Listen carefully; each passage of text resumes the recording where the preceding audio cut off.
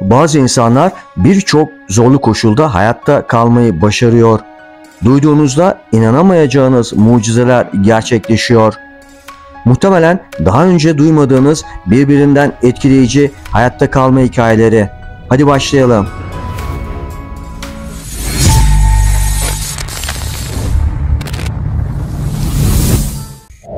1 numara.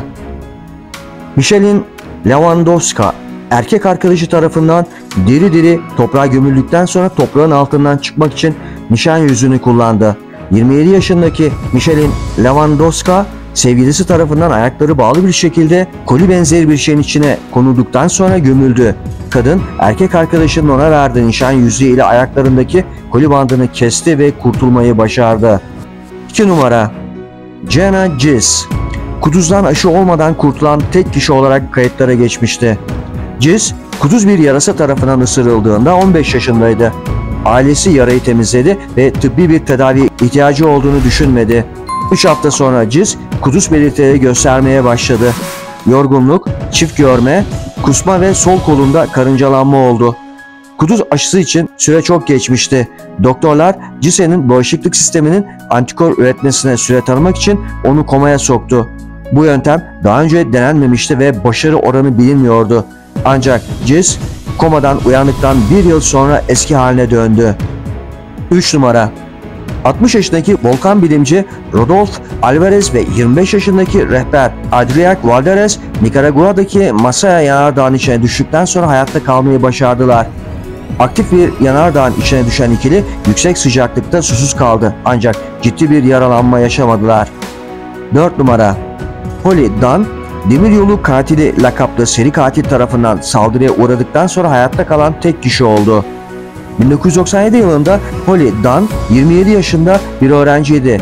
O ve erkek arkadaşı Chris Mayer bir parktan çıktıktan sonra demiryolunda yürüyüşe çıktılar. Yürüyüş sırasında karşılaştıkları bir adam tarafından tehdit edilip bağlandılar. Adam Chris'i orada öldürdü ve Holly'ye tecavüz etti. Katil Holly'yi bıraktığında Holly'nin çenesi ve elmacık kemiğini kırmıştı. Holly kanlar içinde yürüyerek bir eve sığındı ve kurtulmayı başardı. Holly'nin tanıklığı sayesinde Maturno Resendiz tutuklandı. Katil en az 9 kişiyi daha öldürdüğünü itiraf etti ve ölüm cezası aldı. 5 numara. Hırvat müzik öğretmeni Franz Selak isimli adam 3 araba kazası, 2 otobüs kazası, 1 uçak kazası ve 1 tren kazası yaşadıktan sonra hayatta kaldı.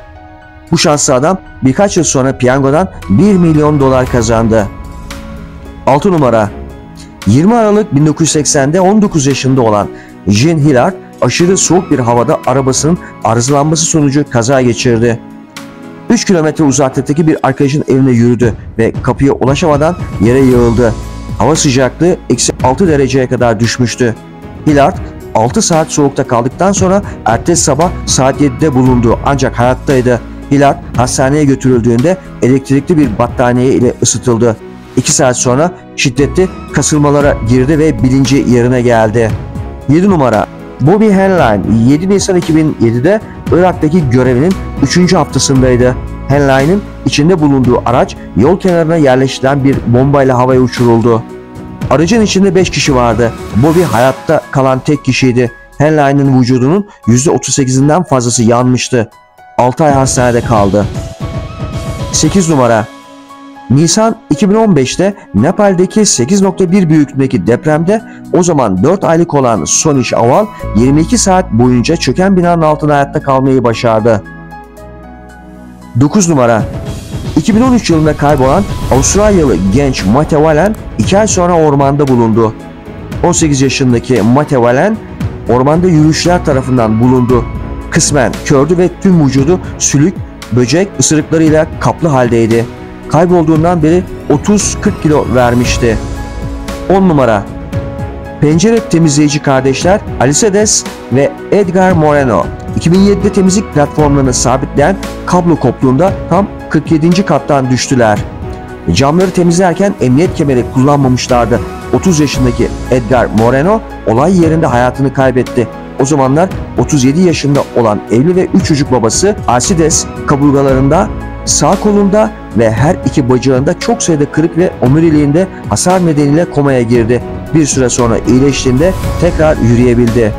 11 numara. 4 çocuk annesi Lorna Dale ağır bir kalp krizi geçirdikten sonra teknik olarak ölü ilan edildi. Ancak 49 yaşındaki Lorna'nın hayata döndürülmeyeceğinin söylenmesinden 45 dakika sonra ailesi nefes alma belirtileri fark etti ve Lorna yoğun bakıma kaldırıldı. 12 numara. 1995'te Zambezi nehrindeki bir gezi sırasında su aygırının saldırısına uğrayan Paul Templar mucizevi bir şekilde kurtuldu. 7 saat süren ameliyatta Templar kolunu kaybetti ancak hayatta kaldı ve hızlı bir şekilde iyileşti. 13 numara. 27 yaşındaki Lindy Harding Nisan 2001'de skydiving yapmak için uçaktan atladı. Ancak Lindy'nin paraşütü açılmadı ve hızla yere çarptı. 2 kaburgası kırıldı, karaciğeri delindi ve burnu kırıldı. Mucizevi kurtuluşuyla ilgili doktorlar yere ulaşmadan önce bayılmış olabileceğini söylediler. 14 numara. Meksikalı devrimci Wenceslas Maguel 18 Mart 1915'te düşman tarafından yakalandı ve idam mangası tarafından ölüme mahkum edildi. Grup tarafından 8 kez vuruldu. Bir kez de yakın mesafeden kafasına ateş edildi. Ancak Maguel hayatta kalmayı başardı ve uzun bir yaşam sürdü. 15 numara. Peter Skyberg, İsveç'in kuzeyindeki Umeå kasabası yakınlarında kar birikintilerine saplandıktan sonra arabasında 2 ay mahsur kaldı. 44 yaşındaki sürücü dışarıda sıcaklık -30'a kadar düşerken sadece kar ve yanındaki atıştırmalıklarla hayatta kaldı. Skyberg'in metabolizmasının yavaşlamasına neden olan kış uykusu durumuna girdiği düşünülüyor.